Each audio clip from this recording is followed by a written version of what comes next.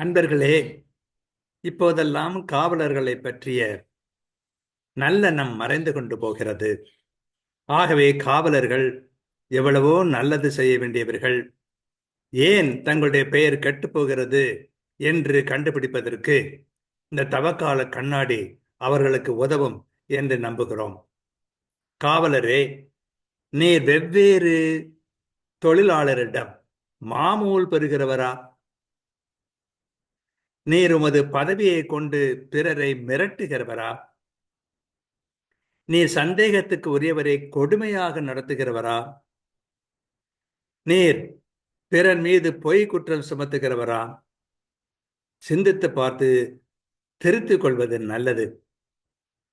அன்பிறைவா, நான் மனம் திரும்ப வேண்டும். மக்கள் மனம் மாற வேண்டும். அதன் மூலம் உலகில் தீமை மறைய வேண்டும், நன்மை நிறைய வேண்டும். ஆமென்.